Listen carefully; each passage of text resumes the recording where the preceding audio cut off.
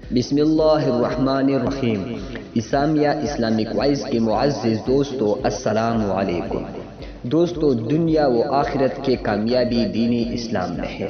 کسی ملک میں ایک قانون تھا کہ وہ 1 سال بعد اپنے بادشاہ بدل لیتے۔ اس دن جو بھی سب سے پہلے شہر میں داخل ہوتا تو اسے بادشاہ منتخب کر لیتے، اور اس سے پہلے والے بادشاہ کو ایک بہت ہی خطرناک اور نیلو پیلی جنگل کے بیچوں بیچ چھوڑ آتے، جہاں بیچارہ اگر درندوں سے کسی طرح اپنے آپ کو بچا لیتا تو بھوک پیاس سے مر جاتا۔ نہ جانے کتنے ہی بادشاہ ایسے ہی سال کے بادشاہی کے بعد جنگل میں جا کر مر گئے۔ اس دفعہ شہر میں داخل ہونے والا نوجوان کسی دور دراز کے علاقے کا لگ رہا تھا۔ سب لوگوں نے آگے بڑھ کر اسے مبارکباد دی اور اسے بتایا کہ آپ کو اس ملک کا بادشاہ چن لیا گیا ہے، اور اسے بڑے اعزاز کے ساتھ محل میں لے گئے۔ وہ حیران بھی ہوا اور بہت خوش بھی۔ تخت پر بیٹھتے ہی اس نے پوچھا کہ مجھ سے پہلا بادشاہ کہا گیا، تو درباریوں نے اسے اس ملک کا قانون بتایا کہ ہر بادشاہ کو سال بعد جنگل میں چھوڑ دیا جاتا ہے اور نیا بادشاہ چن لیا جاتا ہے۔ یہ سنتے ہی وہ ایک دفعہ تو پریشان ہوا، لیکن پھر اس نے اپنے عقل کو استعمال کرتے ہوئے کہا کہ مجھے اس جگہ لے کر جاؤ جہاں تم بادشاہ کو چھوڑ کر آتے ہو۔ درباریوں نے سپاہیوں کو ساتھ لیا اور بادشاہ سلامت کو وہ جگہ دکھانے جنگل میں لے گئے۔ بادشاہ نے اچھی طرح اس جگہ کا جائزہ لیا اور واپس آ گیا۔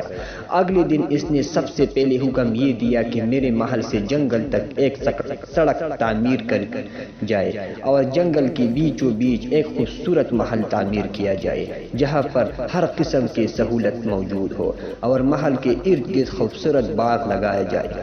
بادشاہ کے حکم پر عمل ہوا اور تعمیر شروع ہو گئی۔ کچھ ہی عرصے میں سڑک اور محل بن کر تیار ہو گئے۔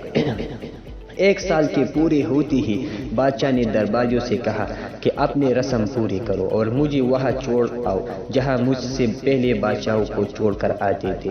درباریوں نے کہا کہ بادشاہ سلامت، آج سے یہ رسم ختم ہو گئی، کیونکہ ہمیں ایک عقل مند بادشاہ مل گیا ہے۔ وہاں تو ہم نے ان بے وقوف بادشاہوں کو چھوڑ کر آتے تھے جو 1 سال کے بادشاہی کے مزے میں باقی کی زندگی کا بھول جاتے اور اپنے لیے کوئی انتظام نہ کرتے، لیکن آپ نے عقل مندی کا مظاہرہ کیا کہ آگے کا خوب بندوبست فرما لیا۔ ہمیں ایسی ہی عقل مند بادشاہ کی ضرورت تھی۔